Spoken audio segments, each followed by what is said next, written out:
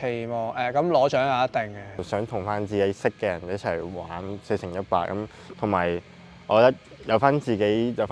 好似係去翻有少少喺香港嘅感覺咯，即係你會有翻中學、小學咁大家柴娃娃喺個運動會度玩。我諗做咗第一次先，咁跟住之後第二、第三次或者第二、第三屆咧就會相對地容易好多咯。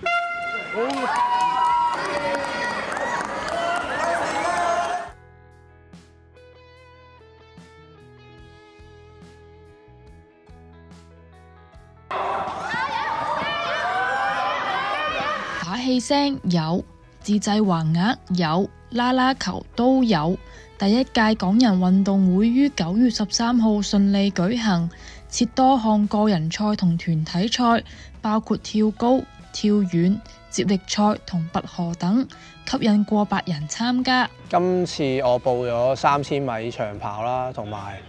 團體賽係4乘100嘅接力同埋扯大纜。主要都係有班朋友問我一齊參加團隊賽咯，我覺得呢種即係有種團隊合作嘅精神咯。如果講係咁樣運動場參加嘅，應該係10年前喺中學。我以前喺香港主要田徑運動都係玩長跑啦，另外我都會玩下游水啊，同埋road bike 啊，同埋拳擊啦，可能期望咁攞獎係一定嘅，但係我覺得更加係可能會係識到啲大家可能都會好中意玩運動，好中意強身健體嘅朋友啊，咁我希望可能日後可以大家一齊可以組織一個 group 去訓練咁樣。同 Leon 一樣中意跑步嘅仲有 Cohen 同阿斌，喺香港生活忙碌。移居英國之後重拾長跑，佢希望藉今次嘅機會認識志同道合嘅朋友。過到咗倫敦之後開始就玩翻長跑，就有時會報下5K、10K 咁樣。而家就報咗個人嘅就報咗400米、1500米同埋3000米。由上年開始大概8月到9月開始就自己俾咗目標，就每個月跑100K。咁但係好唔好彩，上個月6月就因為太熱同埋個身體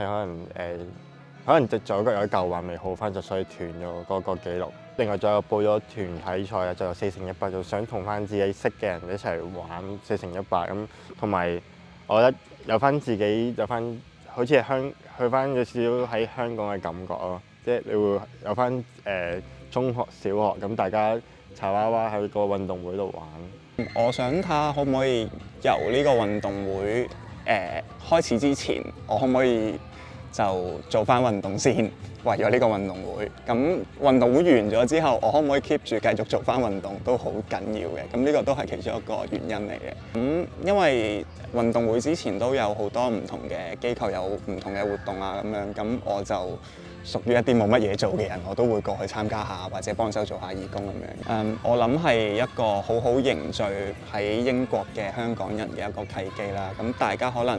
平時都係喺啲市集啊、年宵啊咁樣認識，但係如果係用一個做運動嘅方式嘅話，我諗大家可能係會再更加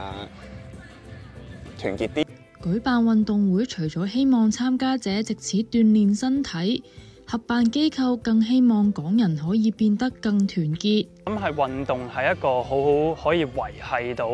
一個族群嘅團結性啊，同埋俾多少少一啲嘅目標大家啦。咁因為大家一直以嚟都可能出席唔少政治相關嘅集會遊行，咁但係可能會用呢啲嘅，你話之前有啲市集啊，或者我哋之前都搞過馬拉松啦，咁但係其實都覺得可能有少少散。但係如果用一個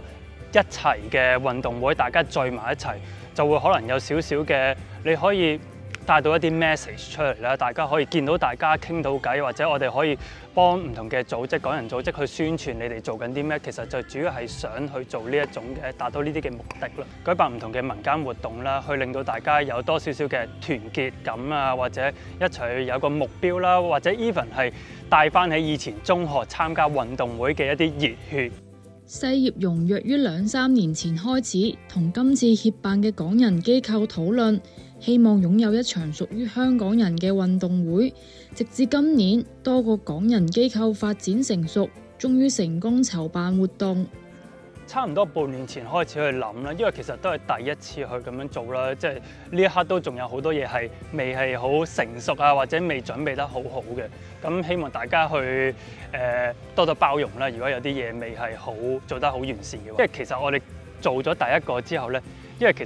他城市例如 Birmingham 啊或者 Manchester 都有開始問緊，究竟我哋點樣搞啊？佢哋都想可以用呢個方法去維繫即係當地嘅香港人社群嘅。我諗做咗